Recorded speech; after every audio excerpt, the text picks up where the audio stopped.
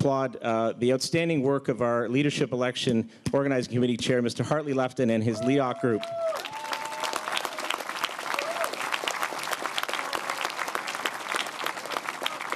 I'd also like to acknowledge my co-chair for the debate. I'm not sure where she is, but Ms. Janet Carbadine. I don't know if Janet's here, but please give Janet a round of applause.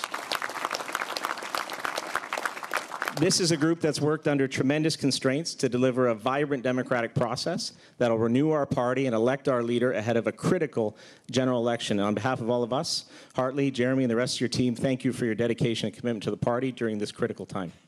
It also goes without saying that we could not put on an event like this, as well as the many other leadership events, without these volunteers who are so committed to our party. So on behalf of the PC caucus at Queen's Park and our party executive, I want to say a big thank you to all the volunteers, those here tonight and elsewhere across Ontario, for making our great party what it is and always will be, a grassroots organization committed to a better Ontario and a vibrant, progressive, conservative party. So please join me in a warm round of applause for the lifeblood of the Progressive Conservative Party, the activists and the volunteers, without whom our party would not exist. Now, what do you say we get on with the show? Let's get on with the show. So tonight we're fortunate to have a very talented moderator with us who will bring the best out of our candidates. A highly experienced journalist from Parliament Hill, Althea Raj is HuffPost Canada's Ottawa bureau chief. Before joining HuffPost in 2011, Althea was a national political reporter for Post Media News and Sun Media. She's covered Parliament Hill since 2006, working for CTV and CBC. She's a frequent at-issue panelist on CBC and can be seen and heard on various television and radio programs throughout the week. We are grateful she has agreed to moderate the debate tonight. Ladies and gentlemen, please join me in giving a warm round of applause and a welcome for Ms. Althea Raj.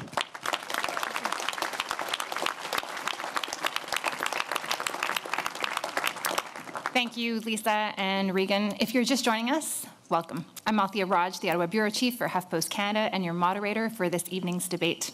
Avant de commencer, j'aimerais clarifier les règles du débat ce soir. The staged position, the question rotation, and the closing speaking order for tonight's debate were all determined by random draw prior to this evening. Here's the format for the debate.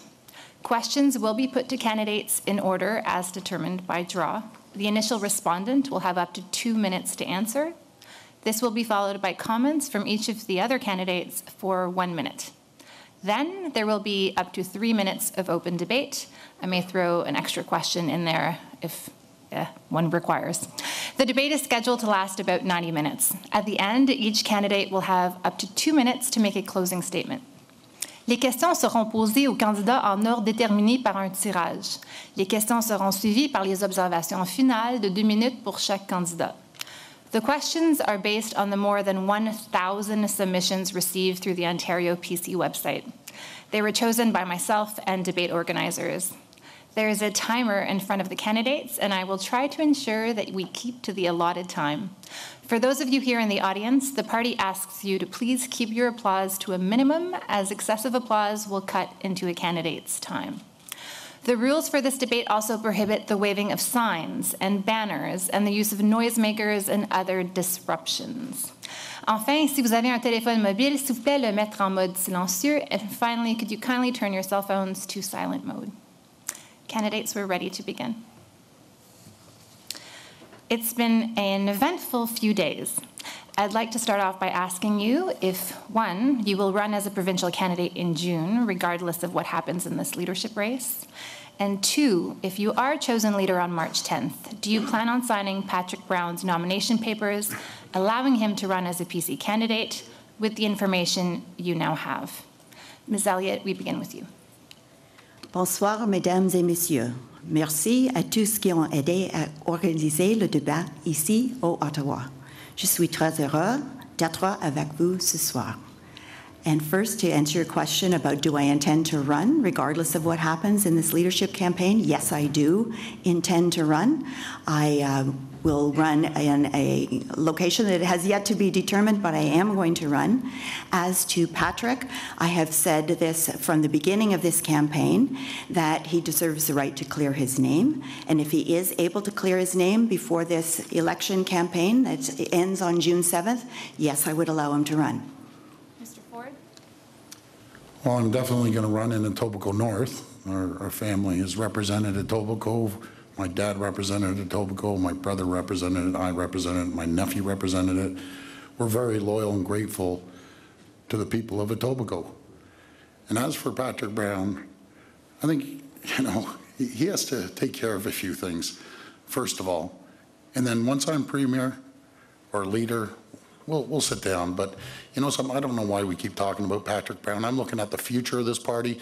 I'm zoned in on Kathleen Wynne. I'm not worried about him. I'm zoned in on Kathleen Wynne. I'm zoned in on being the next premier. Ms. Granic. Well, first off, I think I should say this, is that I'm actually disappointed Patrick Brown isn't here tonight, because I was looking forward to having a real frank discussion with him. In terms of whether I'm going to run, I've said to Leoc that yes, I will. In terms of whether Patrick Brown should be allowed to run for this party, the other candidates have said it before with the Pakin debate, and I was shocked by the responses. But let me make something very clear for you. Patrick Brown does not run for me. He will not be a candidate under my leadership. I have made it very clear why.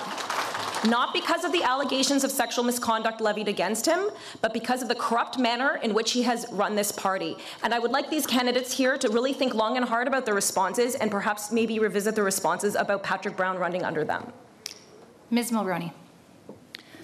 Well, I am the only nominated candidate standing here today who made the commitment to run for the party, that decided that defeating Kathleen Wynne was something that I wanted to do before the leadership came up. So I am an MP. I am standing to be a candidate in the riding of York Simcoe.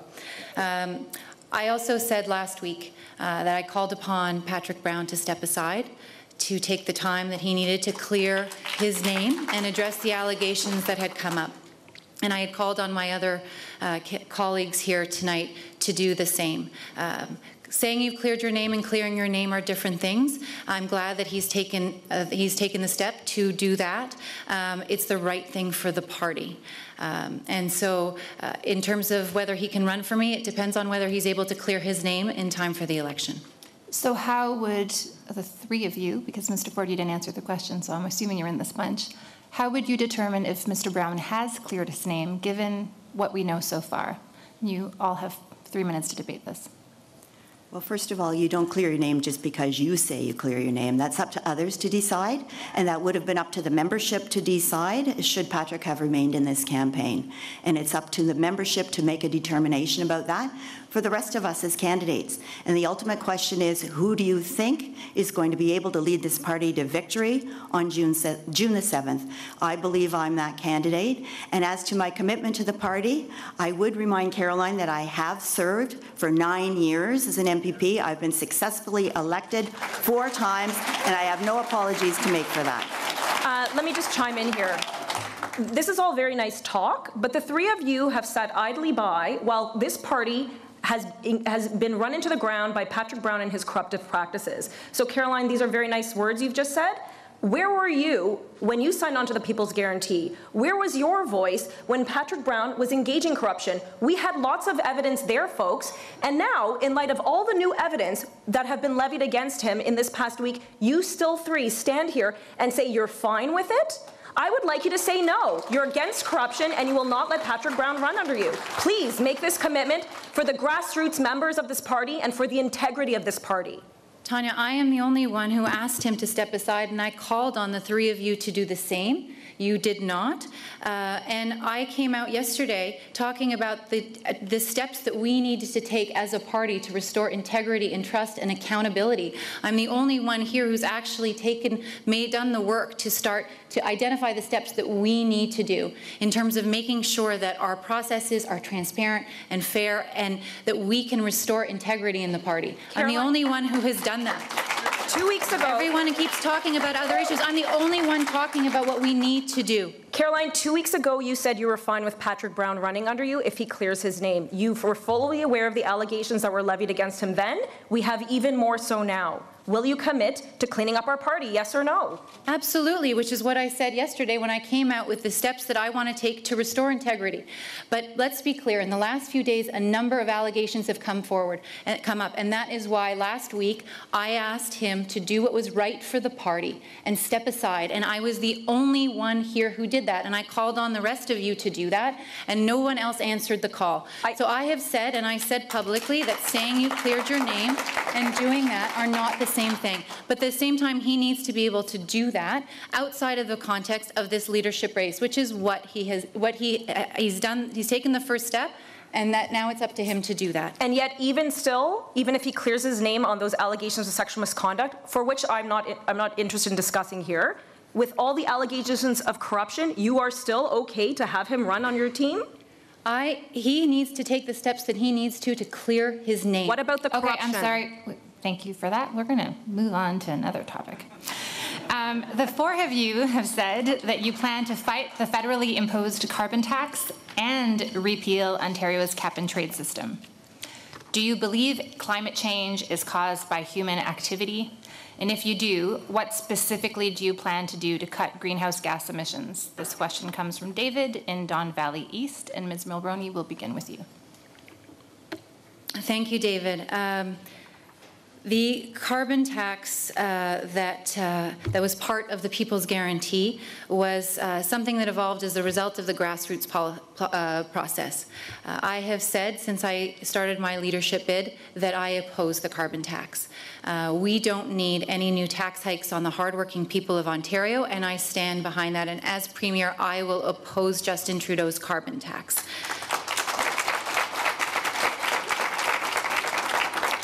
Climate change is, I believe, man-made, and we need to do what we can to conserve and preserve our environment. And conservation and preservation are conservative principles. The Liberals do not have a monopoly on that. And what we need to do is we need to take the right steps. The carbon tax at $50 a ton does not get us where we need to do to actually change people's behavior. All it does is it adds a burden already to the hardworking, to the already high tax burden of hardworking Ontarians. So that is why I've opposed the carbon tax. We can go forward and preserve our environment and do what we can to take the steps to preserve that without adding to the burden. Seeing as you have 43 minutes left on the clock, can you tell us what you would do specifically? Yes, I'm going to work, well, we will work proactively with businesses and industry to work with them to take the steps that we need to reduce greenhouse gas emissions. We will work on developing technology with environmental innovators to make sure that we can take the necessary steps, real steps, towards making changes. And there are a lot of conservation methods like preserving our parks that we can do. Ms. Elliott. Yes, I do believe that climate change is largely caused by human activity, but I also believe that we don't have to tax people anymore in order to deal with it. We don't need to bring a carbon tax forward.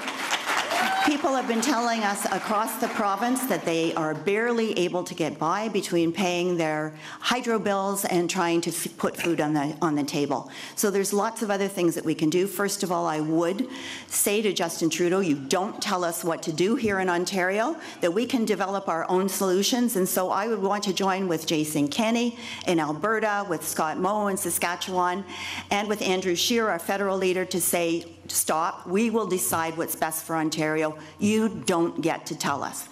But we can also be environmentally responsible without imposing a tax. What I would propose that we do is work with our green energy technology, work with businesses across the province, perhaps give them some incentives to reduce their greenhouse gas emissions, and then work internationally as well, because we know that they're opening a new coal-fired plant like once a week in China. So it's not just what we can do in Ontario or Canada, it's what we can help to do internationally as well. So that's what I would propose to do.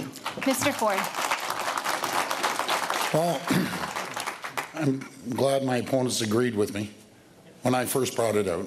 Because I can tell you right now, my friends, if Doug Ford didn't come out on the last debate, and bring them along kicking and screaming about the carbon tax, they'd still have a carbon tax. Very simple. The carbon tax is a terrible tax. It's a terrible tax for the people of this province.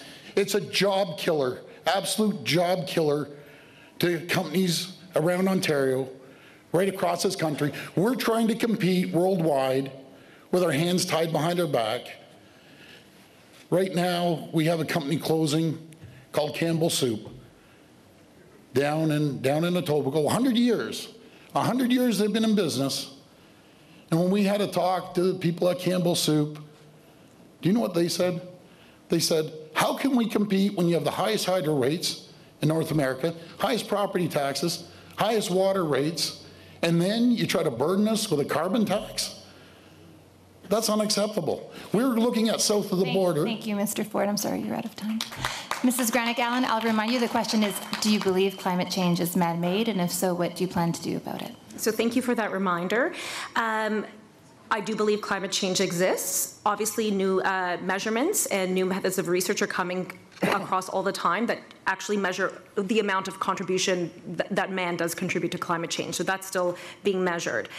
With respect to the carbon tax, as you asked, I did not develop my position because I joined the race for leader for Ontario PC Party. I knew right from my gut, the moment I heard Patrick Brown develop that policy in his own way, because he did not consult with the grassroots members of this party to come out with policy. He did not. I knew, unlike these three candidates, that it was wrong. It was wrong to bring in that policy, and I will fight it tooth and nail. And trust me when I say that, I will. We're going to stand with our cousins in Ottawa, with Andrew Scheer and our Conservatives, and back them up for once, and say, no, Justin Trudeau, your carbon tax is not welcome here. And I will fight it in court as necessary, because I have the grounds to do so. And if Justin Trudeau somehow still forces me, I will take the existing gas tax, change its name to carbon, and that will be the carbon tax. But no new taxes, no increase in taxes. Thank you. So what would the four of you do if the Prime Minister decides to impose a tax on Ontario and just rebate Ontarians directly? Well, I'd take him to the Supreme Court, along with our friend Jason Kenney, Premier Mo, and any other Premier. Again, this is a job killer. This is bad for the people. He just doesn't get it. Do you know why he doesn't get it? He's never run a business. He's never worked in a factory. He's never had to meet a payroll or look at a P&L statement. So what he's doing is making sure that every company in the country is an unfair playing field. We're trying to compete against the Americans. You see what's happening down in the US? Lowest unemployment. Lowest unemployment in 20 years. Trillions of dollars are coming back into the country. Manufacturing jobs are coming back. And you look at Ontario, we lost 300,000 manufacturing jobs. And when you come up here, you got to go through the red tape, bureaucracy, carbon tax, every tax you can possibly think. How do we attract businesses? When I'm Premier, I'm going to make sure we go down to the border, big sign, neon sign, Ontario is open for business. We're going to make this the most prosperous region anywhere in North America. I'm going to give businesses incentives and cut taxes, make sure they create jobs, not a job killer. That's a job killer, a carbon tax. I would also question the constitutionality of the legislation and the rules that Justin Trudeau is bringing forward. We can't stand for that in Ontario. We need to stand up for Ontario and our rights. They can't move into what is properly Ontario's territory. And I also want to say that I have been opposed to a carbon tax since I was first elected in 2006. So this has been a long-standing issue for me. I have never stood in favor of a carbon tax for many, many years, long before this leadership campaign.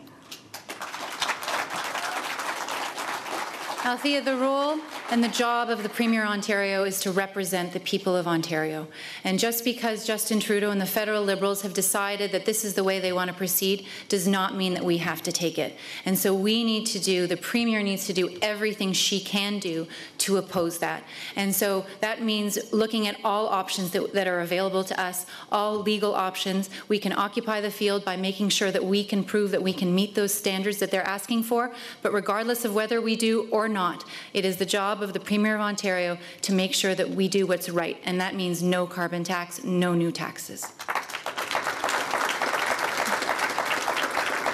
Again, all very good words, and I'm glad we've all evolved our positions. But Christine, where were you when Patrick Brown was trampling on the grassroots through our policy process, when he just came up with this policy on his own? Why didn't you speak out then? We need strong voices if we're going to take down the Win Liberals. After all this year of corruption, of everything these Liberals have done to our economy, we need to bolster our economy, and we need to have a strong voice to do so. So please, let's stand strong. Let's go with a trusted voice who has been outspoken on these issues, who's consulted with the grassroots, who doesn't trample on the grassroots of our own party.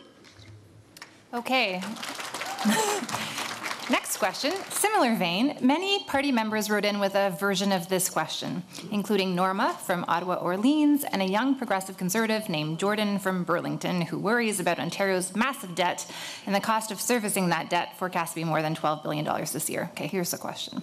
If you get rid of cap and trade and the federal carbon tax revenue, which you've all pledged to do and repeated here, you have $8.7 billion less to spend. Your budget plans, including any promises to balance the budget quickly, require active cuts over a sustained period of time. The Win Liberals did two big things they didn't campaign on. They brought in cap and trade, and they sold off parts of Hydro One. You've all said you plan to do a value for money audit to find waste. Give me two specific examples of areas where you'd look to cut. And we begin with Mrs. Granic. Thank you. So let's just be very clear here in Ontario. We don't have a revenue problem. We have a spending problem. So we don't need to tax Ontarians anymore. We just need to manage our budget properly. I will balance our budget, and here's where we're going to work. We're going to prioritize our spending. We know the main basics that Ontarians require and want us to fund. Infrastructure, healthcare, those are funding priorities. We don't need to fund all these special interest small programs that actually do cost quite a bit. So my platform, as I said, doesn't include any new taxes or any raise in taxes. We don't need to be burdened by these things. So one specific example, and I mentioned this last week, is are you aware that we give $14,000 to people who buy $140,000 Teslas? That's a ridiculous rebate to be giving Ontarians. We do not need to be paying for these boutique tax cuts. We also have to understand that we have a problem with corporate welfare, and it's important that we reduce that and eliminate that. So giving away money to companies is not something I'm interested in. I'm interested in making sure Ontarians can keep as much money in their wallets as possible. Could you give us an example, or maybe two, of some of those business subsidies that you would look to trim? Well, the one I mentioned obviously was the personal one, was the Tesla one. That's one example. And I mentioned debt reduction is important, so we can reduce how much interest we pay. Right now, we're paying approximately $12 billion on interest, so we need to pay that off as soon as possible, so that way we won't be required to pay as much servicing that debt. But with respect, $14,000 on Tesla tax credits is not going to help solve billions of dollars. There are a lot of climate change subsidies we can go through. There are a lot of climate change subsidies. So I would be interested in reviewing those and repealing as many as possible. Ms. Mulroney. Well, Althea, the reason I'm running is because Kathleen Wynne was mortgaging my children's future, and I needed to do something about it. Politicians have to remember that they're spending your money, not theirs. And that's the Liberals have created a culture of waste over the last 15 years, and it's time for it to stop. Kathleen Wynne has been fighting against the provincial auditor for years instead of working with her to find ways to reduce waste. And from Canada Goose jackets to car washes on the smaller side to billions of dollars in corporate welfare without requiring the jobs stay and the investments stay in Ontario.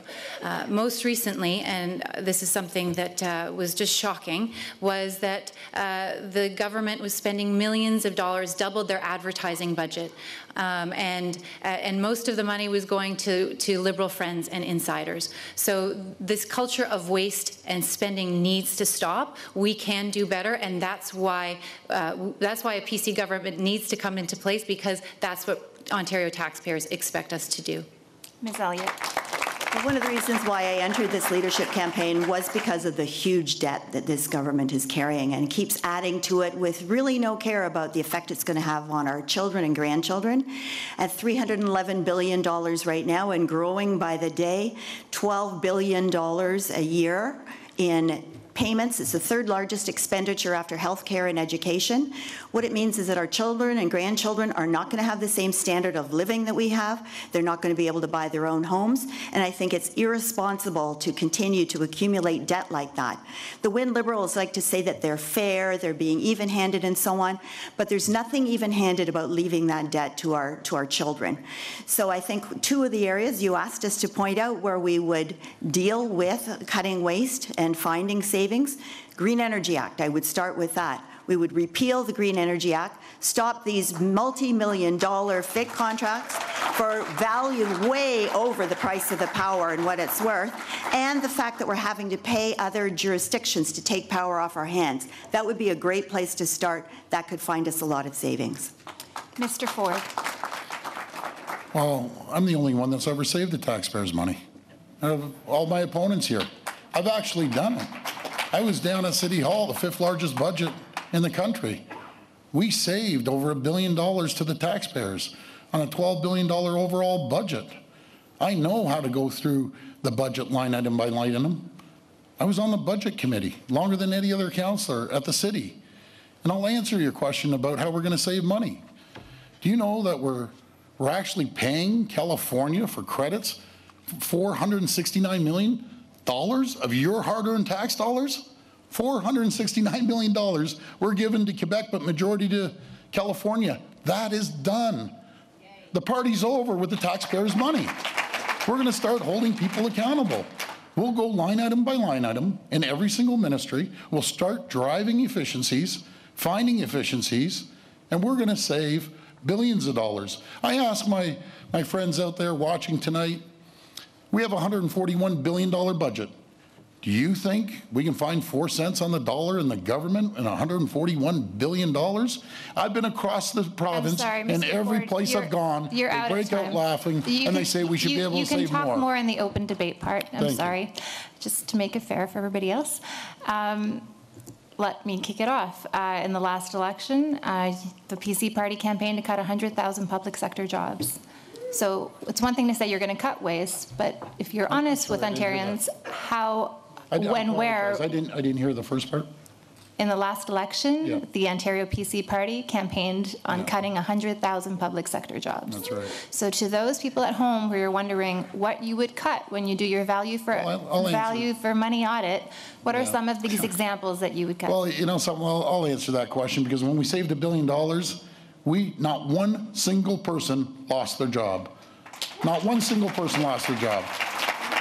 So what we are going to do, we're going to do best practices, and we're going to have lean systems. I don't think the government even understands Lean Six Sigma. We practice Lean Six Sigma at our company. We're going to make sure we drive efficiencies through technology, through best practices, through lean systems. And you ask any black belt in Lean Six Sigma, if they can find 4% on the government, they'll laugh at you. They will absolutely laugh at you. There's so much waste in all departments. You could sneeze and find billions of dollars at the province. Absolutely sneeze. You know, the party with the taxpayers' money is over. They can pack their loot bags up and they're all going, because we're going to sanitize Queen's Park from top to bottom. Queen's Park is politically corrupt from top to bottom. I'm glad Doug wants to sanitize Queen's Park, but we really need to get rid of all the damage that the McGuinty Wynne Liberals have done. And I'm going to give you a concrete example. You want another example? Here's one. Wind turbines. I pledge that if I'm leader, I'm going to take those wind turbines, I'm going to rip them right out of the ground. Beautiful. And here's why. Because families in Ontario are burdened by the cost that we're giving to these companies who generate electricity we don't need, that we sell at a loss to Americans, our friends south of the border. That's right. That's ridiculous. So those wind turbines will be gone. And we have it within our purview to do so, and I'll make sure that we set the parameters properly, because we have the constitutional ability to do so. So those wind turbines, gone. With all due respect to you, Doug, it's not as simple as saying you're going to save 4 cents or 6 cents or whatever it is on the dollar. What you need to do is spend the time and go through line by line by line to do a value for money audit. And the value, I think taxpayers of Ontario would expect that if there is no value in those programs, and I expect we could find a lot, then we should get rid of them and use them for the programs that we have in our platform. But it's not just a simple thing of saying to the various ministries, go find 4 cents or 6 cents on the dollar. What you need to do is roll up your sleeves and do the job yourself. As to Tanya, you can't just rip wind turbines out of the ground. There are a lot of people who have negotiated their own contracts. They've negotiated huge loans with the bank. They have contracts that they expect are going to be honored. We can't do that. We can go through the big contracts that are there and try and find ways if we can terminate them early, but we cannot rip up contracts. Yes, how are we ever going to get people to invest in Ontario if we don't respect contracts? Christine, no business you're a will lawyer. even come here. You're a lawyer. I am a lawyer, and I know you can't do that. No, you're a lawyer. We can pay out. We can for those rural the rural landowners who own the land in which they're leasing it. We can pay them. Fine, we'll pay them to the end of their contracts, but not to the corporations who are taking Ontarians' hard-earned tax dollars, who are taking their money from families who don't have enough money to put food on their table, that are jacking our hydro rates to subsidize power going to Americans. That is not true. You're suggesting we should just rip up contracts. I'm going to rip the wind turbines out of the ground. They're going to come to Ontario. If that's what you say, that's what you say, nobody will come to Ontario. We're going to move on to health care. Well, Hey, As you know, the healthcare sector faces a lot of pressure from an aging population. It is the largest part of the provincial budget. This question is from a registered nurse named Natalia in Mississauga Centre. What is the first issue in healthcare that you would address? And Greg and Pembroke would like to know, where would you get the money to do so? And would you support a raise or a freeze to wages? Mr. Ford, we begin with you. well, I'm glad you talked about the healthcare system. I call it hallway healthcare. As I've said across the province, when I've been crisscrossing the province, my mother got wheeled into the hospital a few weeks ago, and she was in the hallways, stacked up like the cars on the 401. I had a conversation with the EMS people. I had a conversation with the nurses and the doctors, and they told me a very simple story. They aren't being listened to. They are not being listened to. They're under full attack by this Liberal government. Well, I have a message. I have a message, a clear message for the doctors and nurses. Help is on its way. We're going to make sure resources will be on its way, and we're going to listen. We're going to have to use technology similar to Humber River Hospital, the first digital hospital in North America, the shortest wait times, and the shortest wait times in a quick hospital in Ontario is 4 hours. That's unacceptable, absolutely unacceptable. Our budget for healthcare is 38.7% of the overall budget. It's roughly $51.8 million. And when I talk to the doctors, they're doing a great job, and I have a soft spot for nurses. They're telling me, listen to us. We understand how to find efficiencies. It's not always about throwing money at a problem, because money doesn't solve problems all the time, as much as a lot of politicians think it is. It doesn't. You got to listen to the frontline people. That's how you find savings. You listen to the nurses. You listen to the doctors. It's very simple. Making sure that you listen to the frontline workers will find efficiencies and will deliver better service. So is wait time your number one issue? That's the one thing I think it's absolutely huge. We live in Ontario. EMS can't keep up. So what's happening? The EMS people are coming in, they're staying with the patients. We need nurses to take over from the EMS people to get them back on the road. They couldn't keep up. The demand is overwhelming. But that's one example of running things more efficiently. Okay. Mrs. Granic Allen. While I was raised in Toronto, I now have the unique privilege of among these candidates of living in a rural community in Ontario. So I understand intimately what it's like to not have a GP that you could in your local area, what it's like to have to commute maybe 45 minutes, almost 2 hours sometimes just to see a specialist. And I appreciate that. So I think we need to ask ourselves, how are we delivering healthcare to people who need it most?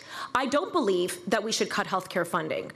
I know it's approximately half of our budget goes to healthcare, and we only know that figure is going to grow because we have an aging population. But I believe we need to give services to Ontarians when they need it most, and healthcare is one of those services that we know Ontarians expect us to deliver. So I think we need to look at, yes, like Doug said, improving wait times 100%. Are there efficiencies to be made? Yes. Is there ways that we can find out more funding? Yes. For example, I would renegotiate the drug prices with pharma companies. Why are they gouging us? That's not right. And most importantly, we need to make sure those in rural communities are accessing health care when they need it. Thank you. Ms. Mulroney. Althea, I think all of us here have sat a long time in a waiting room or waited a long time for surgery or an MRI. There are significant deficits in our healthcare system. And it would be, I think, impossible to pick one thing that we need to do. There are so many things that we need to address. But what we need to do is we need to work with our doctors and our nurses and our frontline workers to work with them to start addressing the chronic overcapacity problem that we have, to start reducing wait times and make sure we are providing adequate emergency room care. We also need to invest in the rest of our healthcare system, our long-term care. We need to have enough beds to take the pressure off our hospitals today. We are spending, there are people who are in beds today that need to be moved to rehab facilities or long-term care, and they're putting pressure on our hospitals now. So we need to look at the entire system and make investments and make changes along the way, but we really need to work with our frontline workers to do that, create new long-term care beds, and invest in technology to make sure that we're taking pressure off our system. Thank you. Ms. Elliott. Thank you. Well, thanks, Cynthia. I've had the great privilege of working for the last 2 years as Ontario's first patient ombudsman, working exclusively in the area of healthcare. And though we are putting a lot of money into healthcare, study after international study indicates that we aren't getting the best value for the money that we're putting in. So where we are moving is transitioning from a system of healthcare that's primarily provider-centered to one that's truly patient-centered. So we need to listen to what patients actually want, what they want to have delivered, and have patients involved in every aspect of the organization's operations. So for a hospital, for example, you would have patients involved on the Human Resources Committee, the Operations Committee, Finance Committee, and have them have an input into every aspect of the hospital's organization and then feed that through to quality improvement. But we also need to listen to the providers, to the physicians and the nurses. They have great ideas because they know what the problems are. But long-term care continues to be a major issue. I heard about that every day in my previous job. I would start with that to make sure our frail, elderly seniors have a clean, safe, comfortable place to live. Are there ideas like eliminating fee-for-service, things that you would consider? And I open it up to debate. I think what we really need to do is continue to improve on our single service, our universal access to services for all Ontarians so that everyone has the opportunity to receive excellent quality healthcare services. So what I would want to do is concentrate on improving our system. There are big gaps. The service in the north is very difficult to access because of the geographic distribution. Long-term care and home care is very hard to find. The same thing happens in many rural parts of Ontario. What we really need to do is strengthen our existing system. That's what I would want to work on. When I was in Peterborough last week talking to a lot of people, there's 7,000 residents in Peterborough that don't have a physician. And I'm sure that's across the rural areas. We're going to give doctors incentives to go to rural areas. If I have to go and build them a little medical building and give them a tax break to move in a rural area to serve the people up there, that's what we're going to do. Because it's unacceptable in Ontario, Peterborough, a little over an hour from Toronto, there's 7,000 people without a physician. That's unacceptable. So we're going to make sure we provide services for the people in the north that aren't getting the services. So I am one of those people 2 hours from Toronto, and I understand firsthand about the services or the lack thereof, and we need to meet the patient's needs where they are. One other area that we have to discuss, though, is we need to be attracting doctors to Ontario and healthcare workers and nurses. And how are we doing that if the Wynne government is trampling on the conscience rights of healthcare workers? We need to protect We need to protect the freedom of conscience, especially amongst the frontline delivery of healthcare workers. So this is something that's very important and very dear to me. And I think if we have respect for conscience rights for doctors, then we will increase the attraction for doctors and nurses and personal support workers to come to Ontario. We have hundreds of thousands of new people in Ontario, and we don't have enough doctors to take care of them. And instead of working with doctors and nurses, this government, this Liberal government, has been fighting with them. Doctors are running campaigns to market themselves as the good healthcare providers that they are. We need to be encouraging our doctors to stay in the communities that they love, where they're serving smaller rural areas. We need to work with them cooperatively so that we can make sure that we are taking pressure off our emergency rooms and our wait rooms. They are the ones that are providing care to all of us, and instead of fighting with them, we need to be working with them. I would certainly respect the conscience rights of physicians as well as healthcare organizations, hospitals, and palliative care facilities that don't want to provide medical assistance in dying, for example. I respect their rights to make their own decisions about that. But I also am really disturbed by the Wynne government's insistence on picking a fight with doctors. I don't know why they're doing that. If you want to create a patient-centered system, you need to have everybody that provides care involved in that conversation. Thank you. I'm sure we can pick this up on another, continue the conversation. This question is from Daryl in Muskoka. How would a PC government you lead deal with exorbitant hydro rates? Ms. Elliott, we begin with you. It's hard to know where to start with that one because we absolutely need to. We know that people are really struggling with hydro rates. They've tripled for the average residential consumer since the Liberals took power in 2003. And a lot of people are finding it really hard to cope, particularly in northern areas. So what we need to do, first of all, is start with the Green Energy Act.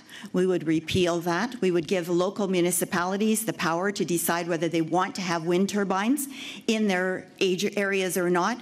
We would also end these huge multi-million-dollar contracts to supply wind power at a value far higher than the value of the power.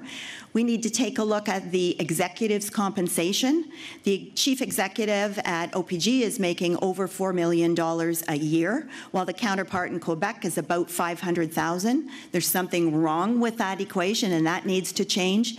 And we also need to take a look at removing things from residential consumers' bills that don't need to be there, things like the conservation program cost and so on. Finally, we also need to look at the dividends that are coming back from the sale of the Hydro One shares and apply all of those dividends to reduce consumers' contracts as well. So there's a lot of things we can do. We have pledged to reduce hydro rates by 12%, but I think we need to do a lot more than that because people are really suffering out there. Mr. Ford. Well, the Green Energy Act is just a scam, in my opinion. Absolute scam. You know, and you look at, I'll give you an example, my friends. I was up in Bella. They're trying to make the falls, right? They're turning that into a little hydro plant, and they aren't even going to be using the hydro. It's going to be going basically in the garbage. So what I see is you have all these bankers and all the investment companies making billions of dollars, for instance, charging 90 cents for a product when it should be 10 cents, lining their pockets. As I was talking to an energy critic, he's saying, Doug, you're in the printing industry. Wouldn't you love to have a monopoly, charge what you want, and throw your printing in the garbage after? That's what's happening. It's not millions of dollars, it's billions of dollars. It's an absolute scam that they're doing. That's done. That is absolutely done. And as for other energy policies, I wanted to mention about my cap and trade policy. Okay. My cap and trade policy is very simple. Mr. Ford, you are out of time. Can I finish the cap and trade? I'm sorry. We know you're opposed to it. I'm going to cap taxes and trade Kathleen Wynne. Yes. That's my cap and trade policy. Mrs. Granic Allen. Okay. Thanks for giving time to get that zinger in. It was a good one. Regarding hydro rates, we know they've doubled under the McGuinty-Wynne Liberals. It's been a disaster. Families are burdened. They can no longer afford it. So getting back to what Christine and I were chatting about a few minutes ago, we're going to get rid of the wind turbines. We're going to rip them up. And Christine, I'm going to explain to you how. We have, Ontario has legislative supremacy. We have it within our jurisdiction and our powers to actually cancel those contracts. And while you may favor giving money to corporations and burdening Ontarians with those taxes, with those high hydro rates, I actually do not. And if you don't believe me with my research, then go speak to Professor Party at Queen's University, who wrote a detailed report for the Fraser Institute on how we are permitted to cancel that contract. I'm from the rural area. I come from Great County. Folks in the cities don't understand wind turbines. I do, because I see at least 50 of them when I drive home. It's a lot, and we cannot burden Ontarians anymore. And guess what? In the rural county, we pay more. When you're on a farm, you pay more because you need electricity to heat your barn or to put lights on in all your outbuildings. We have high hydro rates. We simply cannot afford it. Wind turbines are getting ripped out. We're done with that. Thank you very much. Ms. Mulroney. Well, of all the things that the Liberals have done to harm the province of Ontario, the mess that they've made of our electricity system ranks at the top. And we don't need to talk about the fact that they've tripled. Everyone knows that. Every time you open your hydro bill, you know what they've done. It is a burden on homeowners, it's a burden on families, and it's a burden on businesses that are chasing our businesses away. So I have a plan, which is to lower electricity rates by 12% for homeowners, to scrap the Green Energy Act, and to start looking at getting out of these expensive contracts where we can do so. We were able to get out of the Samsung deal. It cost us $5 billion, and the Liberals decided to stay in it because, I don't know why, but they decided to stay in it, and they had the option to cancel it when they tripped a clause. And so it can make financial sense to do so. We need to do that. We need to get politics out of energy policy. We need to do what's right and fix this mess. So do you all agree then, and I'm going to throw another question here from another party member, which is, would any of you consider buying back a majority share in Hydro One? I think the people of Ontario are tired of government playing politics with this. I think that we're just going to focus on trying to, we're going to get hydro bills under control for ratepayers and look at how we can fix the structural mess that they've made with these long-term contracts. The sale of Hydro One is something that they've bungled, but it's not something that I would touch at this time. I think what's done is mostly done, although it might be worthwhile trying to get back a controlling interest. I think that would be helpful. But I would also like to just respond to what Tanya said earlier about canceling all of these contracts. We may have a legitimate reason to do so legally, but why would we do that? Because it would cost us a fortune to get out of those contracts, and it would send a very bad message to any other businesses that are looking to locate in Ontario if we can, at the whim of a government, just rip up a contract. We need to make sure that Ontario is seen as a good place to do business, and we cannot do that by ripping up contracts. But what I would say we should do is we should take a look at all of those big contracts and see if there are any legitimate legal reasons where we could either terminate them, or if they are to be advancing in various stages, not to proceed with the next stage. We need to do that work. We need to find whatever savings we can for Ontario taxpayers. I'd like to speak to that, please. Christine, you asked me why I would do it? Because Ontario families need it. We cannot afford this. Just because Kathleen Wynne and Dalton McGuinty came up with this crazy scheme doesn't mean that us as Ontario PC party members have to buy into it. So it says no. And regarding the legislative supremacy we have, guess what? Within that clause, we get to actually determine any compensation to these companies, if any. So we get to decide. And I think that we need to stop this. We need to stop this right now and put Ontarians and the grassroots Conservatives first. And I don't like the talk I'm hearing here. I don't like it. Families need relief. It doesn't matter what you like or not, Tanya. The fact remains that if we rip up these contracts, we're going to have to pay a lot in damages, which may be worth more than the contracts are actually worth themselves. So I think you have to think a little bit more seriously about this before you willfully agree to rip up contracts. Read the Fraser Institute report. It outlines it very lovely by a law professor named Professor Party. There are no easy solutions to this. It took years to get us into this mess, and we're going to have to look at all of these contracts. Some contracts are in early precondition modes where you can actually get out of them. We've got to look at each one to see if we can get out of them. And there are other major ones that we have to look at to see if the risk of getting out of them exceeds the benefit of getting out of it. But we need to do that. Ontarians deserve it, but we cannot suggest that it's going to be easy because people are tired of that. There are no easy solutions to the mess that the Liberals have created for us. Thank you. Many party members wrote in with a version of this next question. There seems to be a growing movement to eliminate the Catholic school boards in French and English and move towards a singular secular school system in both official languages. Is this something you would consider doing as a way of cutting costs? Ms. Mulroney, we'll begin with you. No, I do not plan on looking at the school board issue. It has worked well. It is constitutionally mandated, and at this time I would not proceed in that. What we do need to do is encourage allow independent schools to grow. We need to make sure that we are funding the francophone languages, francophone schools in this province, and doing what they need to ensure that the language flourishes and that they are being taught in the language that they wish. But in terms of the Catholic School Board, I would not intend to do that. Ms. Elliott? My simple answer is no. I would not make any move in that respect, although I think that where there are things that we can do to reduce some of the costs in having the two boards, having joint busing, for example, perhaps some administrative services, but that would be as far as I would want to go. I remember very clearly running in the 2007 election where that was a major issue that we heard very clearly from the people of Ontario that they don't want us to change what's already there. Mr. Ford? No, I wouldn't, but there's a lot of savings within the school board. You look years ago, does everyone remember when Kathleen Wynne was down there? And she bankrupted the Toronto School Board, and the province had to come in and pick up the pieces. Yeah, have you ever went down Highway 10 where there's the Peel public system and then the separate system, two Taj Mahals right beside each other?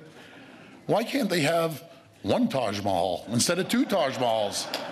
Or no Taj Mahals? That's what I'm asking you. The answer is no. I wouldn't change it, but I'd sure drive efficiencies. When I'm Premier, these guys are going to wake up real quick. Real quick, I'll tell you. Okay. Ms. Granic-Allen. Thank you. The number one reason, or the number one factor we need to consider anytime we think of education is what do the parents want? We need to always factor in parental choice. So right now, parents do enjoy the choice of sending their child to a Catholic or English or Francophone school in both those options.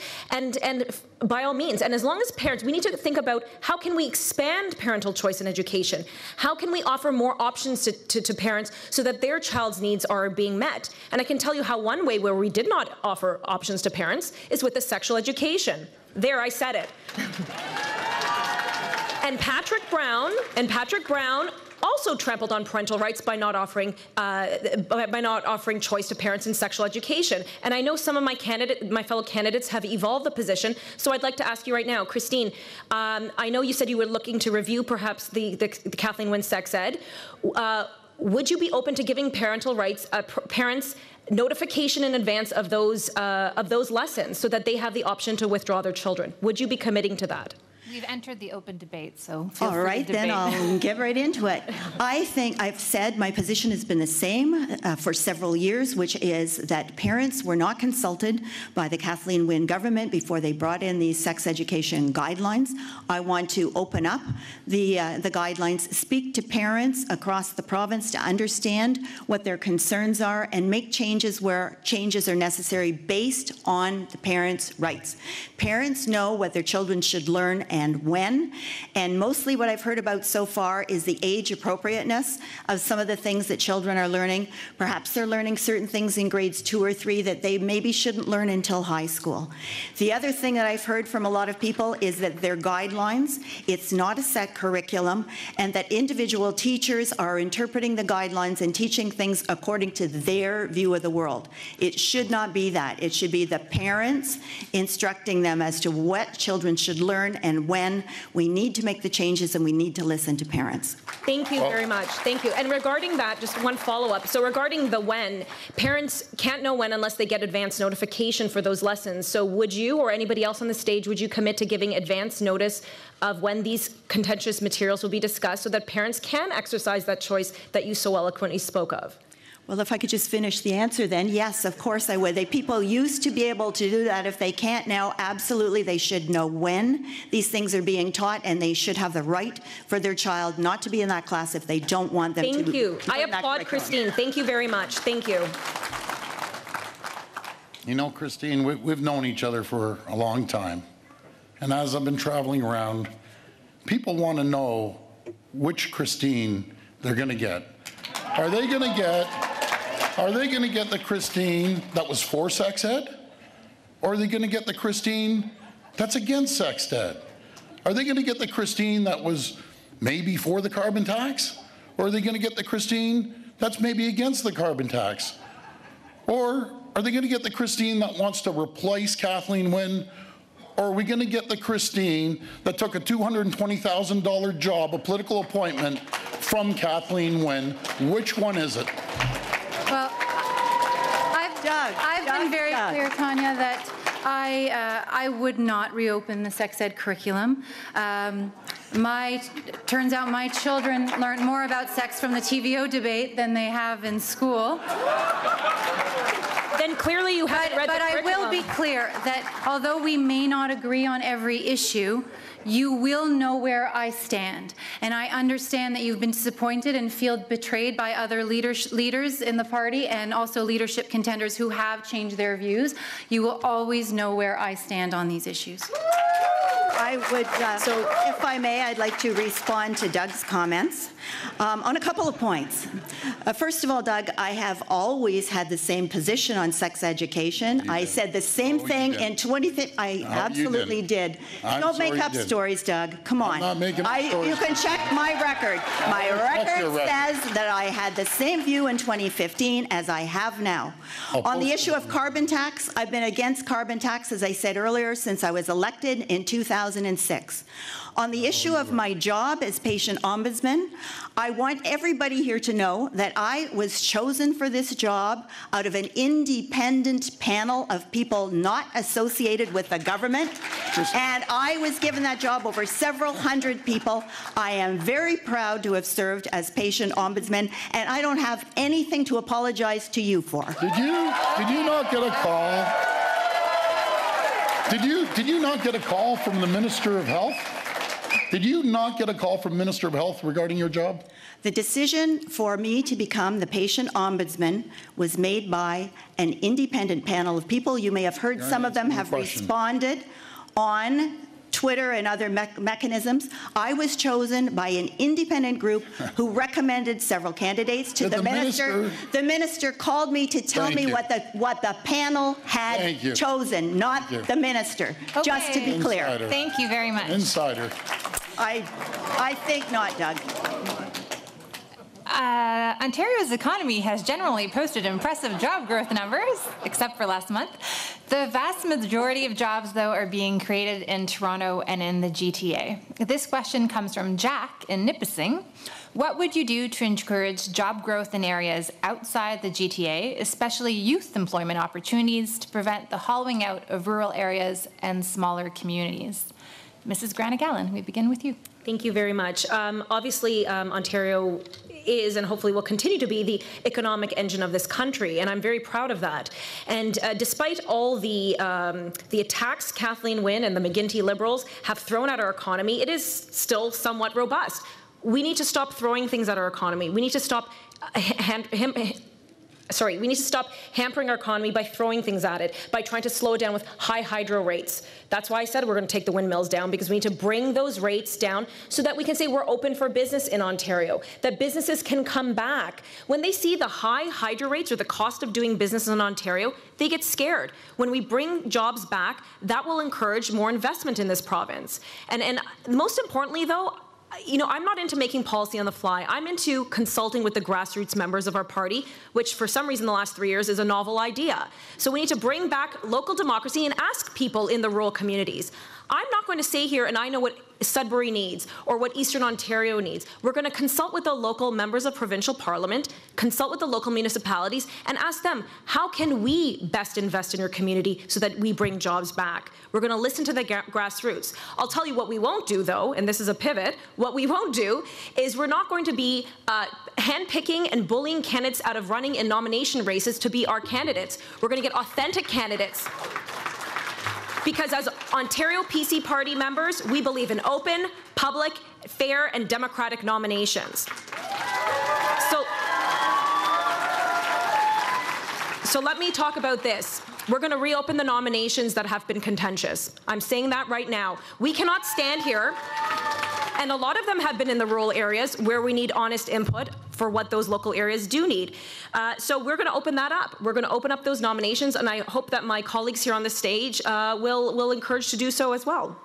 Thank you, Ms. Mulroney. I remind you the question is about how to bring employment opportunities to rural and smaller communities. Well, thank you. I have met, as I've been traveling the province during this race, I have met business owners across Ontario.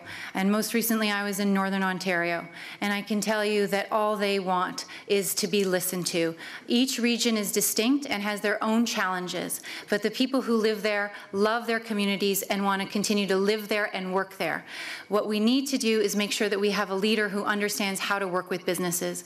What we've had for the last 15 years is a government who has been fighting businesses, whether it's through increasing taxes and fees, increasing hydro rates, doubling red tape. I mean, it does not stop. And businesses feel like they can no longer do what they got started to do, which is get into business and create economic opportunity. I will attract jobs into Ontario and make sure that those who want to work and live in certain rural communities are able to do that. But what we need to do is we need to listen to our local leaders, our local MPPs, the people who are in the north, who are in Eastern Ontario, across this province, and talk to them about the challenge they're facing so that we can let their voices come to the top and that we can have our policies reflect what they want. Thank you. Ms. Elliott. Well, as I've traveled around the province during this leadership campaign, I've heard the same thing from business owners. They really feel that they're under attack by the Wynne Liberals, that they really want them to move out of the province or close up their businesses.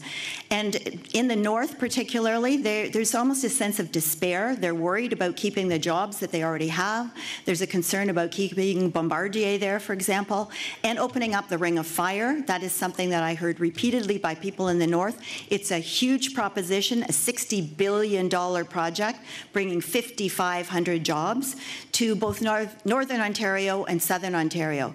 So we need to listen to people where they live, but we also need to get hydro rates under control. A lot of businesses, if they're looking at a manufacturing facility, don't want to look at Ontario now. We need to ease some of the restrictions on businesses, particularly those brought forward by Bill 148. And the other piece that I think we really need to look at is innovation. We haven't talked about that much. We need to bring that entrepreneurial spirit back to Ontario, get people to be able to bring their businesses to market themselves, create jobs for themselves, and create jobs for other people. That's, I believe, the future of Ontario with a well-educated workforce. Thank you, Mr. Ford. I'm the only one that understands how to operate a business. I have a division in the US, one in Canada. I get letters every single week from states all over the US saying, come down to Texas, we'll give you a tax incentive, we'll help you get a building as long as you employ people. Up here in Ontario, we're going to get rid of all the red tape and bureaucracy that makes it almost impossible to open the businesses here. We're going to get rid of the carbon tax until that's not a burden onto the companies. We're going to give companies tax incentives to come up and open up here in Ontario.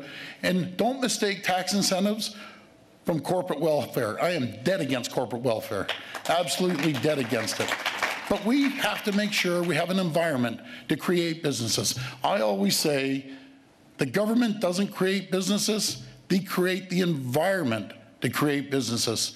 I'm the only one that's ever created numerous jobs on both sides of the border, and I'll do that for people not only in the GTA in Toronto, but across the north. I just drove from last night, 4 hours from Sudbury, from North Bay. I talked to those people.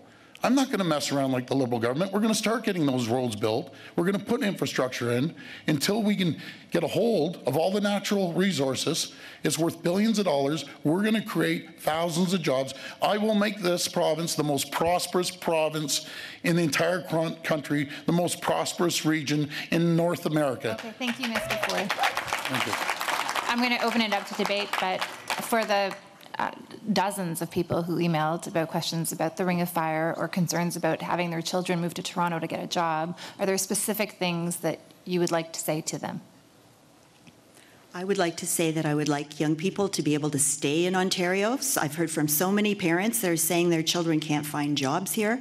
They're going to the States, to the UK, to other places. We need to keep those young people here, whether it is in a job in an existing business or starting their own business. There's some great ideas out there. We've got really well-educated young people. They're doing great research in our universities and our hospitals.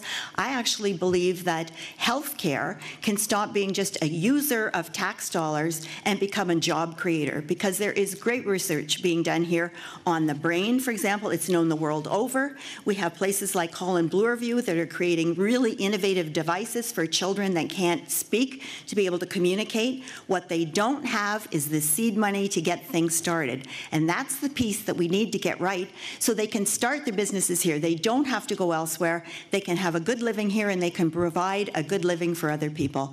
That's what I want to spur, because the jobs of the past, the line jobs, auto manufacturing, I grew up in Whitby, Oshawa. Most of my classmates went to work at General Motors and worked on the line. They're retired now with great pensions. I went wrong somewhere, I think.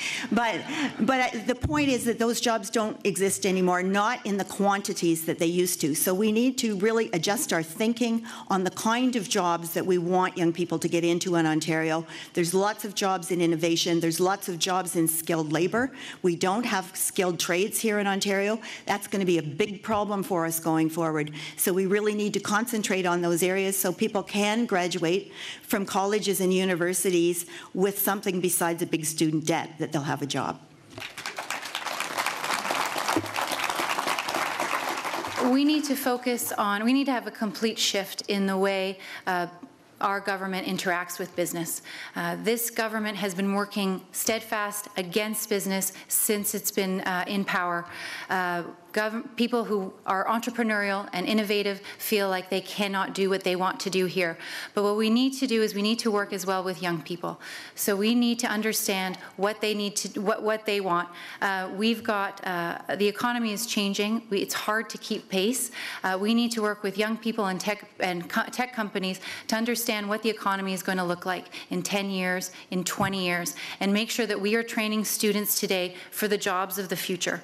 Because as Christine, I agree, the economy is changing very quickly, and the kinds of jobs that existed 20 years will not exist. There's a good chance that my children and Tanya's children may not have driver's licenses. So we need to make sure that we are training children for today, kids today, for the jobs of tomorrow.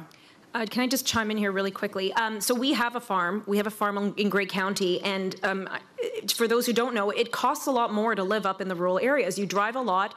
Hydro rates are expensive because if you have farm and you have farming equipment, guess what? It all requires fuel or energy.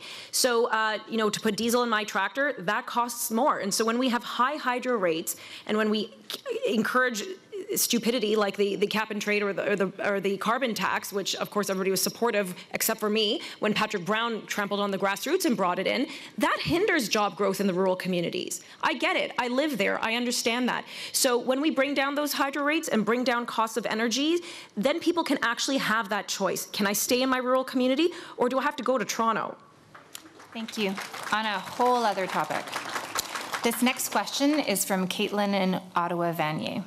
She writes, for months, businesses, media, and politics have been rocked by the Me Too movement. The reason for this leadership process is because of the allegations of sexual misconduct.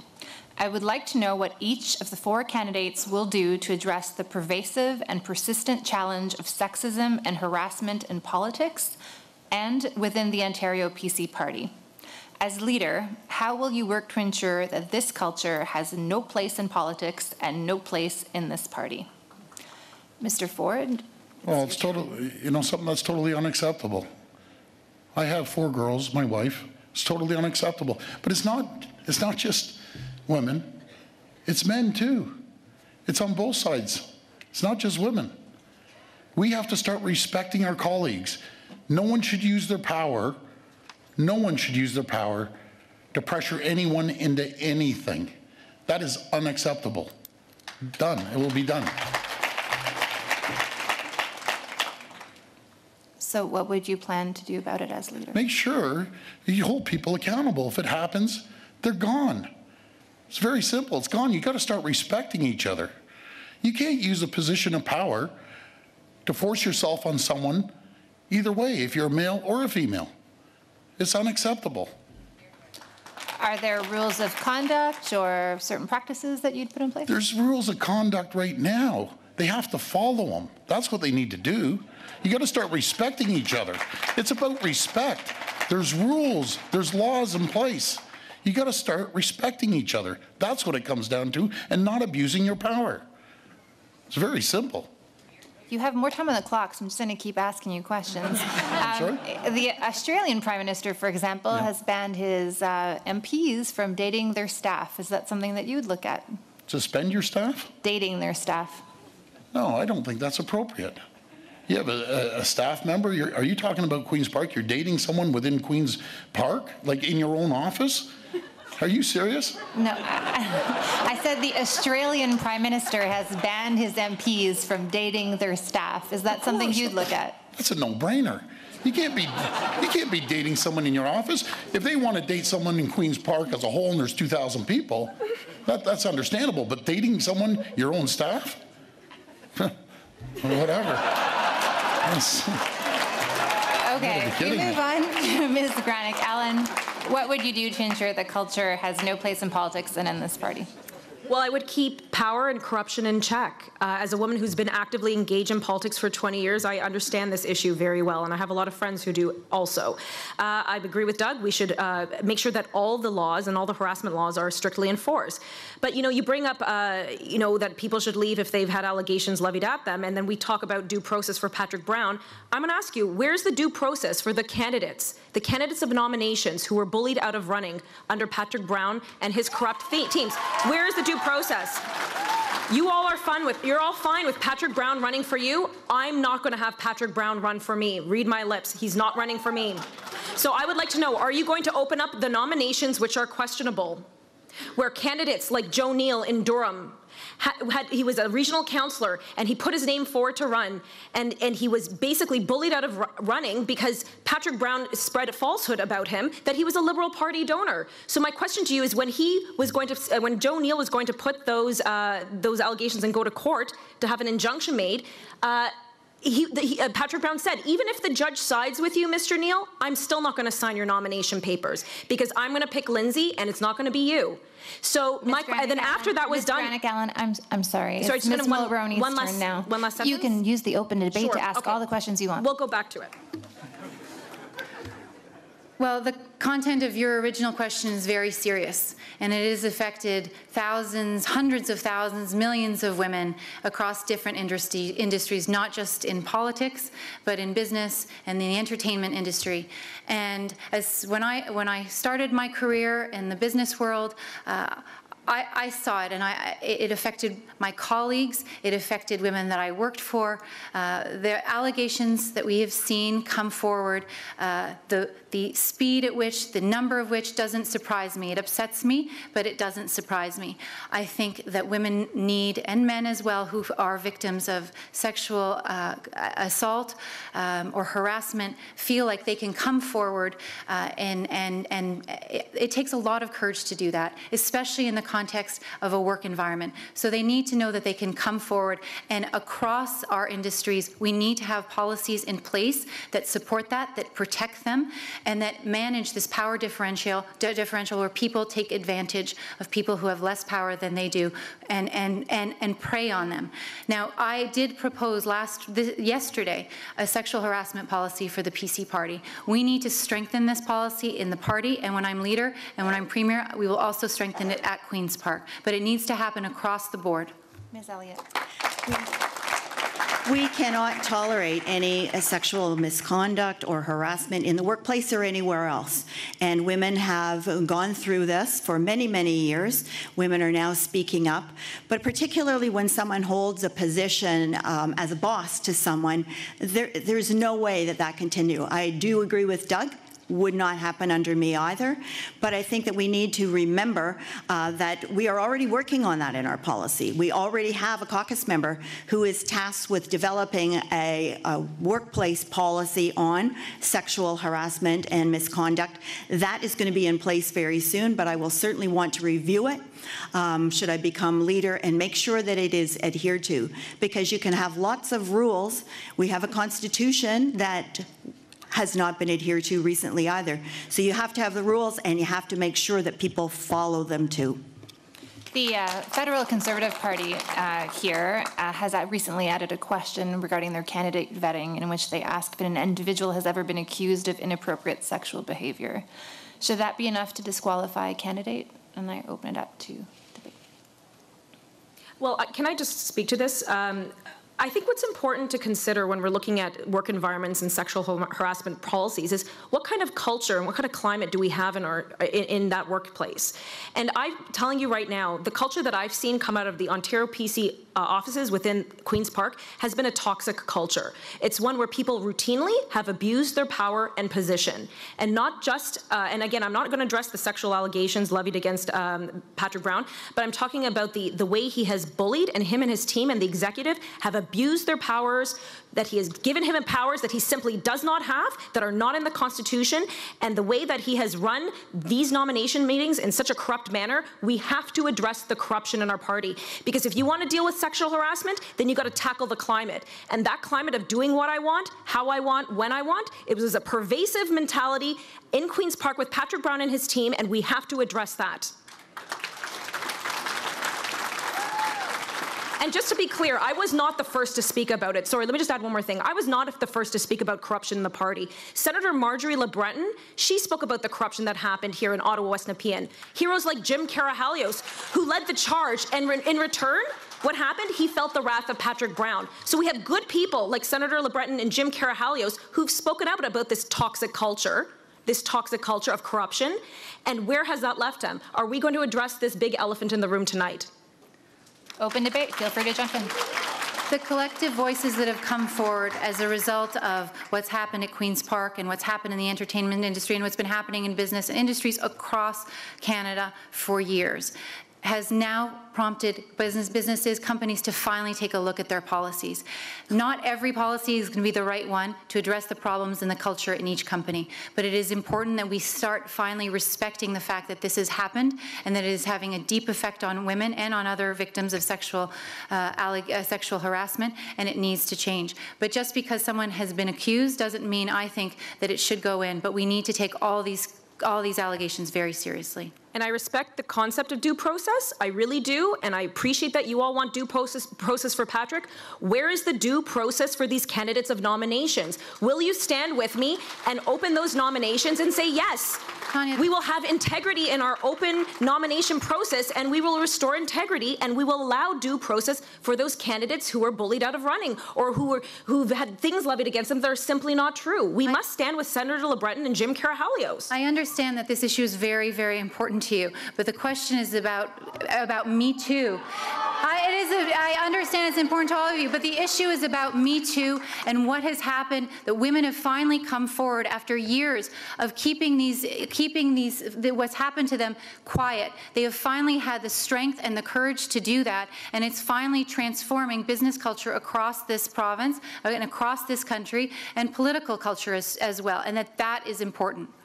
Okay, I'm going to cut it off here, and seeing as Ms. Granic Allen wants to talk about the party nomination, this question is from Jamie in Oakville, North Burlington. As the new leader of the Ontario PC Party, how would you ensure that democratic principles are maintained in the party's nomination process, and how would you ensure gender equity with the candidates, MPP, and more importantly, cabinet posts? And Ms. Elliott, we'll start with you. Well, I think the first thing that you need to do is to actually follow the Constitution. I think that's really important, to follow the rules that are set up to make sure that nomination meetings are being conducted fairly, that if you pass the initial vetting process, that you can go ahead and if you sell the most memberships, then you win. There should be no interference at all from leadership or anyone else involved in it. Everyone, once they're given the opportunity to run and given the green light, they should be able to go and sell the memberships in the proper way, and if they win the most, then they get to be the candidate.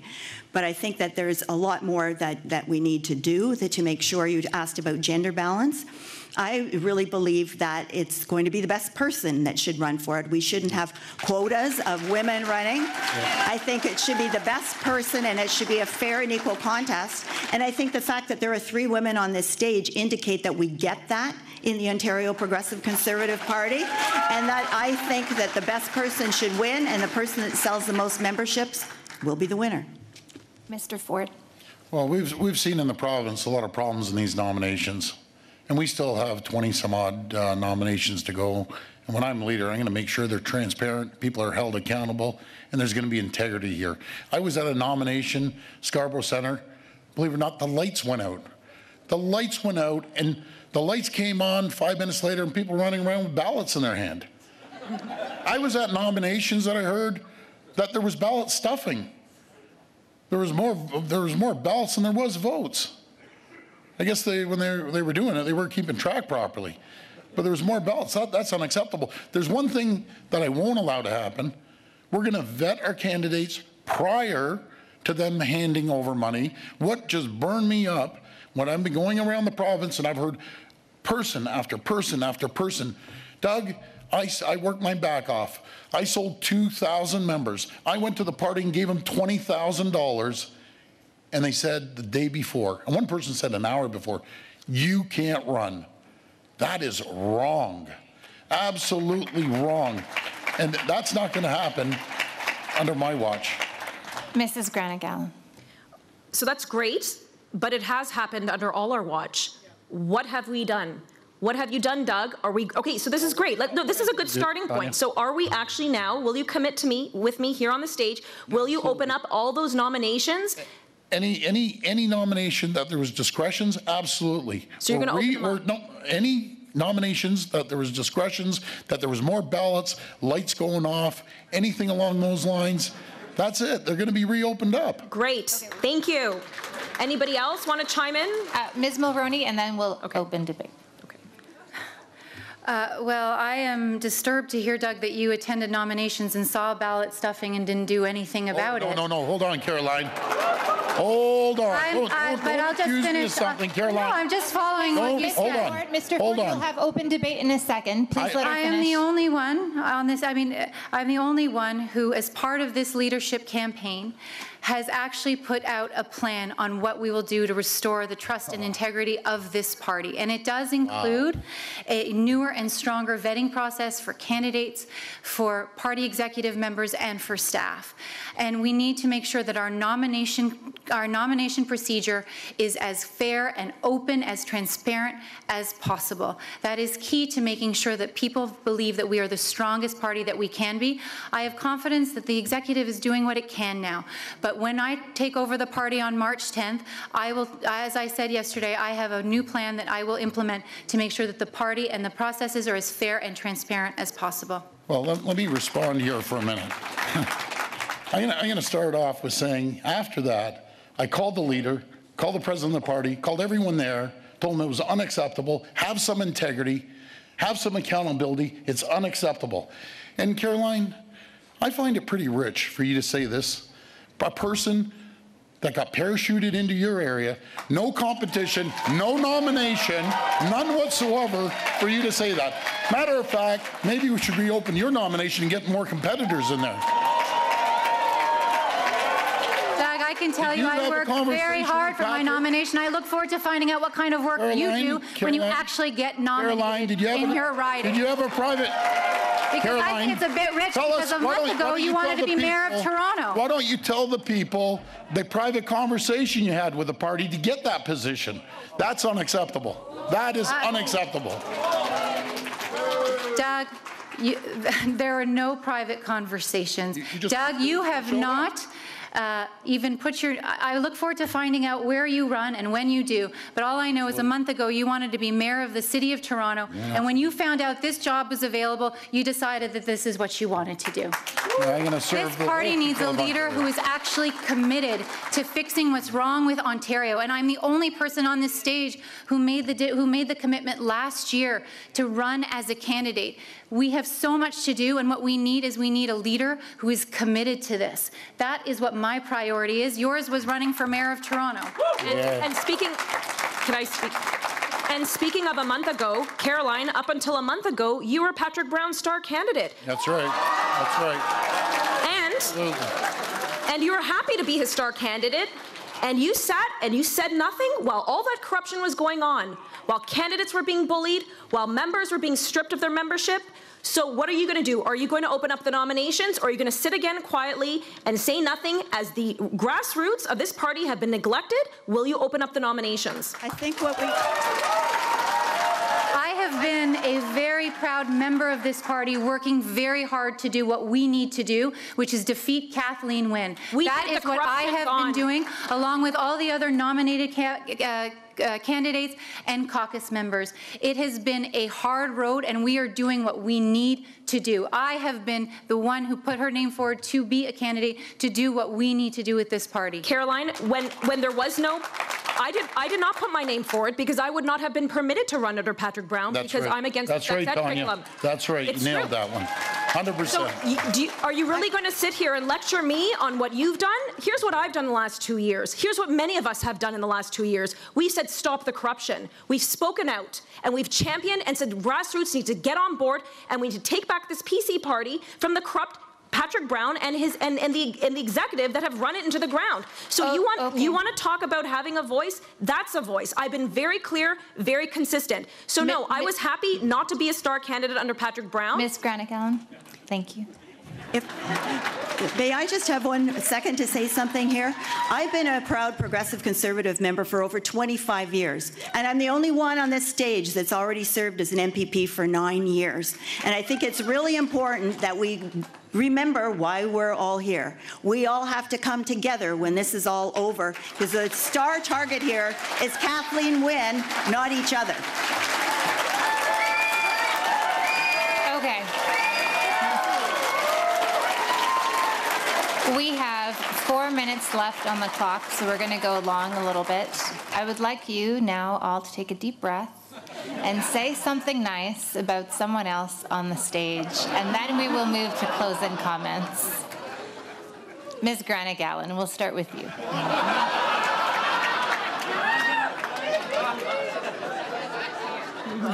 Okay, are we ready? About each candidate, something nice? Or you can just pick one. Look, I'm grateful. It's a huge sacrifice to put your name forward and run for public office. It really is. So I do thank you all for the personal sacrifices, and it is, that you have done to put your name forward. I truly, from the bottom of my heart. I've experienced this in the last a couple weeks because I've been a late entrant. It's hard on families. It's hard on yourself. It's hard on your system. So I thank you for putting your name forward, and I hope that you will use your positions, even in this debate for the few minutes we have left, to help clean up our party. Because I'm a diehard grassroots conservative, and our party deserves better. We have to move on from Patrick Brown, but we can't until we treat the grassroots properly and open those nominations for those poor candidates who were just bullied out of running. It's an important point. Can you pick one person and say something nice about them? Sure.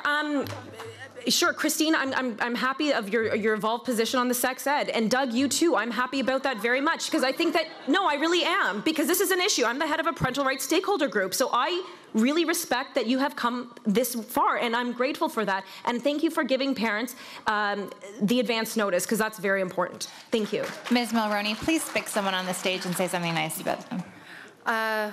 I could say something nice about all three. Tanya, you are a very passionate advocate for the issue that matters to you, and you speak very well to that point. Christine, you have had a long history with the party, and you've been a great representative for your community in the past. And Doug, you speak very well for the anger that a lot of us feel about the Liberals. Ms. Elliott.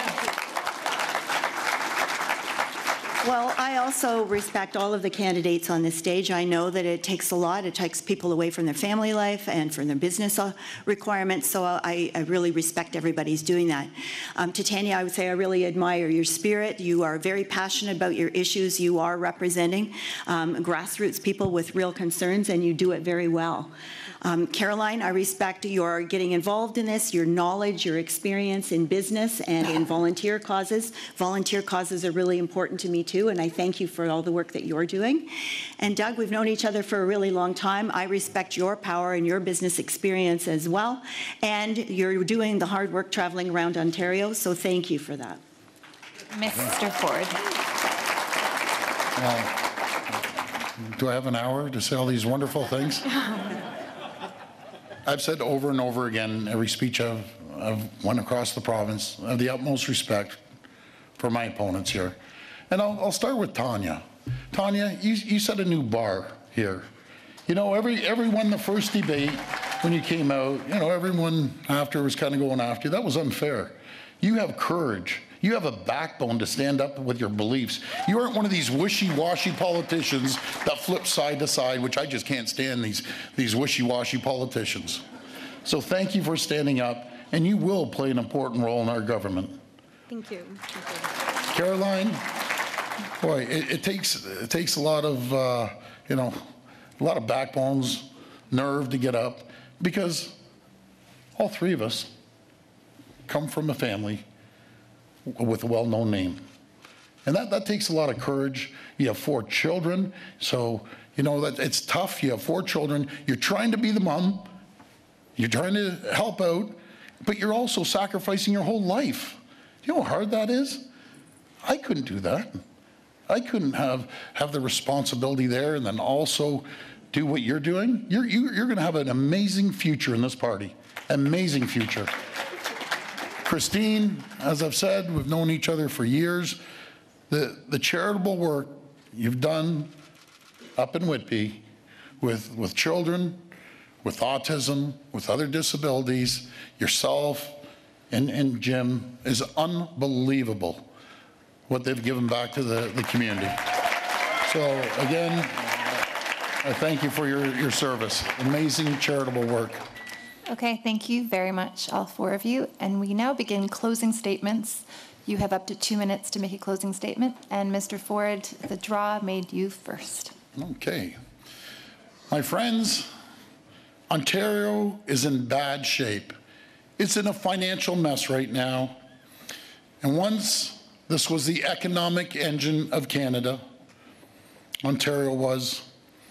Now we're a have-not province under the Liberals. We've lost over 300,000 good manufacturing jobs.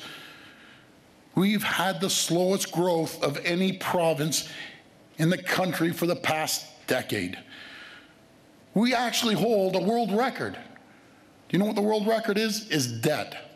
A world record of debt.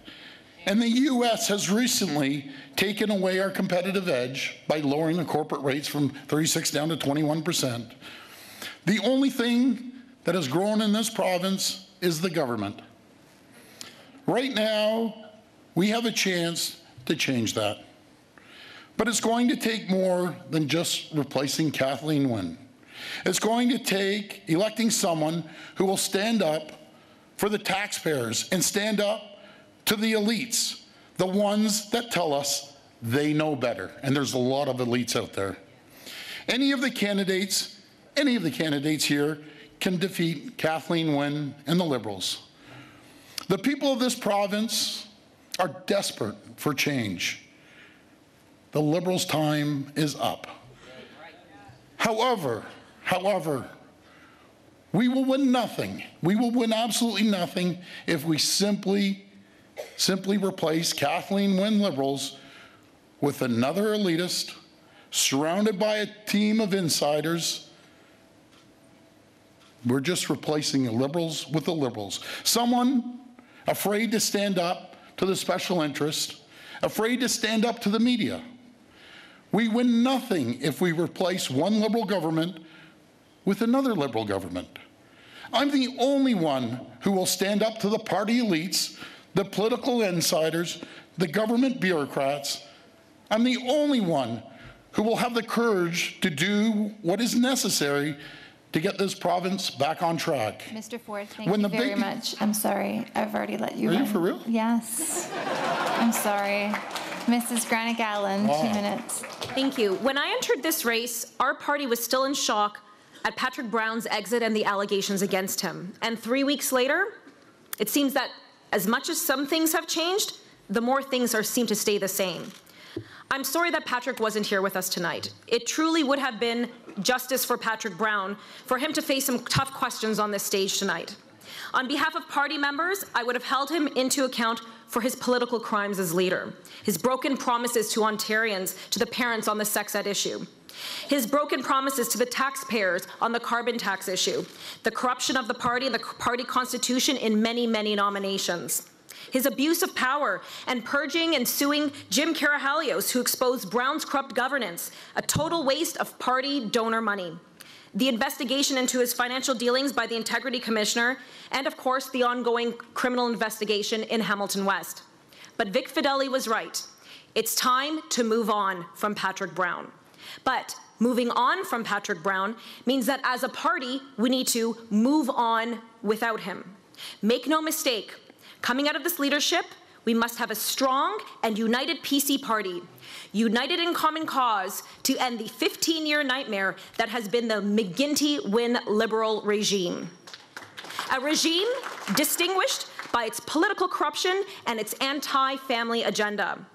But our next leader, one of us, won't be able to do this if we're saddled with the toxic political baggage that comes from our previous and now infamous former leader. Starting this Friday, voting will begin.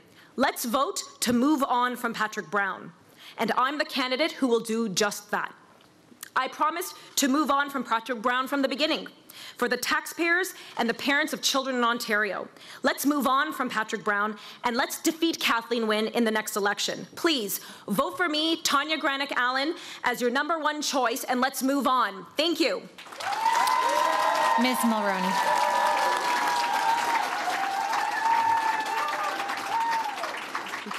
When we head to the polls in June, it will have been 19 years since our party has won an election. That's an entire generation. Aren't you ready to win? Aren't you ready to send Kathleen Wynne and the Liberals packing? We need so much better than the high-spending, high-taxing, job-killing policies of the Liberals. Ontario needs better. But the Ontario PC party can be the change for the better only if we make the right change at the top. A change from the past, a change from the damage of these last few weeks. There's only one candidate here who can bring that change, and that's me. I have the skills and I have the plan to attract jobs to Ontario, to make our schools a place where kids learn what they need to succeed, to protect our most vulnerable, and to make life more affordable for Ontario families. Et tout ça décolle le 10 mars.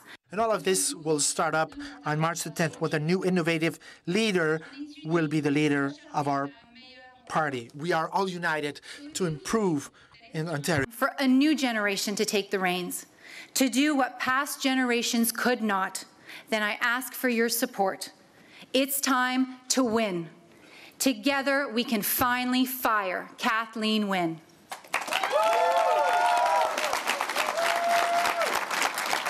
Ms. Elliott. Thank you. Ladies and gentlemen, it's not enough that we want to win the next election. The fact is that Ontario needs us to win the next election. We cannot afford 4 more years of the Wynne Liberals. We need to win a majority progressive Conservative government on June 7th. But here's the thing, we only have a short period of time. It's only about 100 days between now and June 7th, and we need to have a leader with experience, a leader that's ready to step into the job on day 1, on March 11th, to move forward, start into full campaign mode. I am the only candidate on this stage that's prepared to do that. And I want to tell you why. I've been elected 4 times. I've served for 9 years at Queen's Park as an MPP, including 6 years as deputy leader of the party. I've traveled across this province and I understand the needs and concerns of people in every part of this province. I want to put what I've learned into action. I have learned through the past 2 years working as patient ombudsman about the gaps in our healthcare system. I want to work with patients and families and healthcare providers and all of my colleagues at Queen's Park to make our healthcare system better and stronger.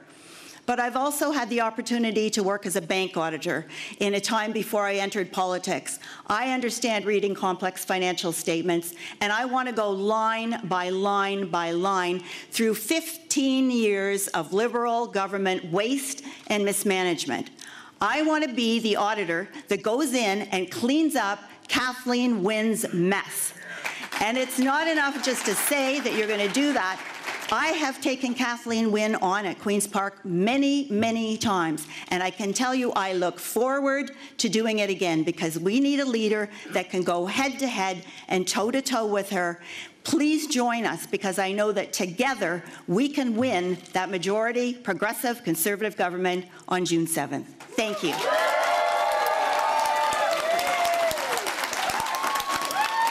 Thank you to all 4 of you.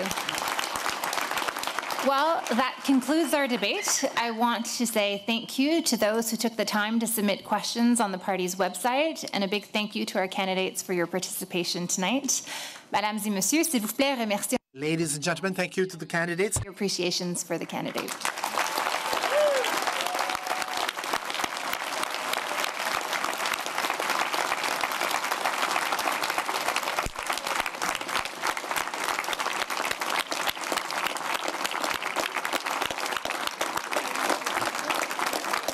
Candidates, you've been asked to please stay on the podium so the media can get some pictures of you. And then to those in the audience, please let the candidates depart without delay so they can speak to members of the media. And to everyone watching at home, thank you very much for spending your evening with us. I'm Althea Raj, and have a great night. They want us to have a photo over here.